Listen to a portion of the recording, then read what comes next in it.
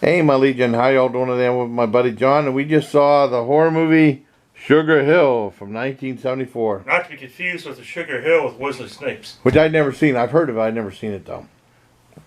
I would dedicate this video to a delusional dispeller who had to take the horror challenge, not reviewing horror, watching horror movies for a month and watch the news for a month. I'm not going to do that. 9.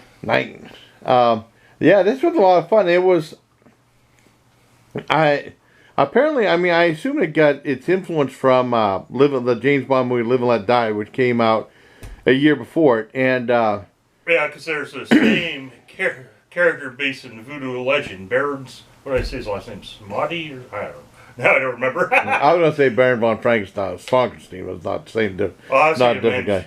Yeah. Baron Munchausen. Yeah, they're very much. But, so both movies had the same voodoo legendary character. Well, then there's other voodoo movies that never had it and never will. Yeah. Yeah, I mean, this was taken by a time when the old blaxploitation thing was very popular in the drive-in and grindhouse circuit. There was lots of movies like Dolomite, Cleopatra Jones, Foxy Brown, Black City Hell up in Harlem and stuff like that. And there was also a line of blaxploitation horror films like Dr. Black and Mr. Hyde, House on Skull. Well, I saw that one on Elvira, Dr. Black and Mr. Hyde with Bernie Casey. House on Skull Mountain I saw an encore, and of course Scream, Blackula, and Blackenstein. But this Sugar Hill is the one I never seen before.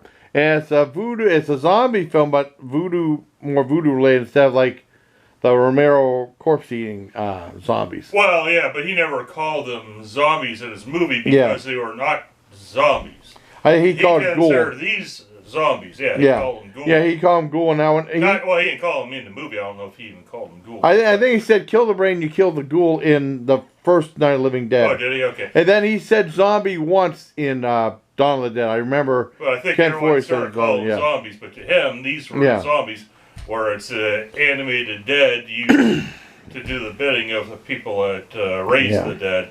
He says that was like a White Zombie and I Walk with Zombies. Yeah. White Zombie was awesome. Or his is ghouls. Yeah. So, I don't know if it's the media that got things confused and changed things and he just went with it or what. Yeah. But it was cool. I mean, and it was a lot of fun. And it was like cool to see in a movie I never seen before from American International. I'm sure there's some other ones they did I haven't seen before, but this was a lot of fun. It revolves around a guy who owns a nightclub called the Haiti. That's doing real well, and this one guy wants to buy a nightclub, and he said no. And he's trying to strong on him to sell it and stuff like that. He wants to buy it. And he said no, and then these thugs beat him up and kill him.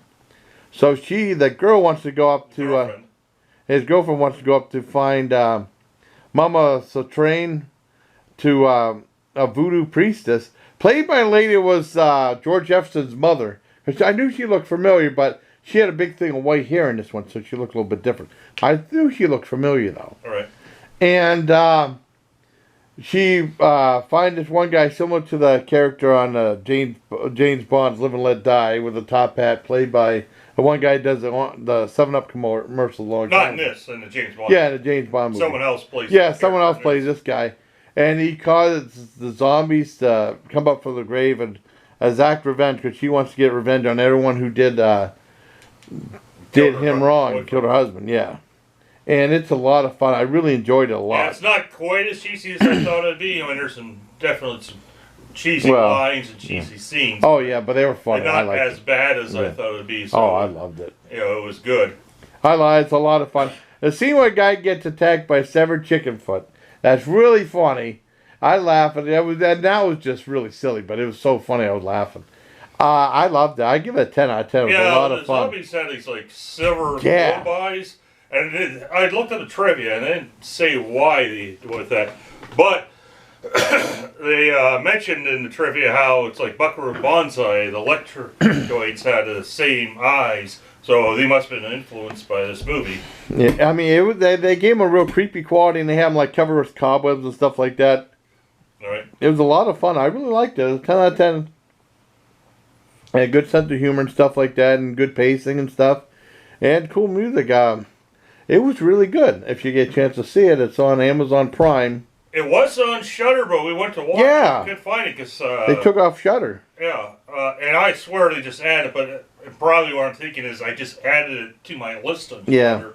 So we looked at my list. We looked under the zombie stuff and a bunch of other things, and it wasn't there. I even did a search, and Yeah. I'm like, "Are you sure it's couldn't called find it. Sugar Hill? Maybe we're thinking wrong." I was pretty sure, you know. Because it's not coming up, so they must have taken it off. Took And it that off was only, already. what, a week or two ago? Yeah, we saw the trailer. I mean, we kind of watched some other stuff, but yeah, I wanted to see it, and A then few weeks ago? check Amazon Prime, and it was on Amazon Prime. Thank goodness. For free. If you Yeah, have for Prime. free. Yeah, it's a lot of fun. I really liked it. 'Cause I know, because they stopped doing movies at 79, 80. I think Meteor might have been our last one. That was a huge budget movie for them that really bombed really bad. But with a fun movie, a disaster film. And then like Orion bought them, and then of course MGM bought Orion, so MGM owns all their library now. But it's a lot of fun watching it. Who owns MGM now? I don't know. I thought there was somebody owning it. I don't know who owns MGM now. I don't know who owns. I don't know if they own United Artists. I don't know who owns United Artists because so many companies go through so many different hands now. Right. You'll see all these different things for like different movies, like the Being as like Code Red releasing and stuff like that and stuff. It's just crazy. But I mean, Sugar Hill's a lot of fun. I really enjoyed it. So 10 out of 10. So for me and my buddy John, take care. My Legion. Okay, awesome.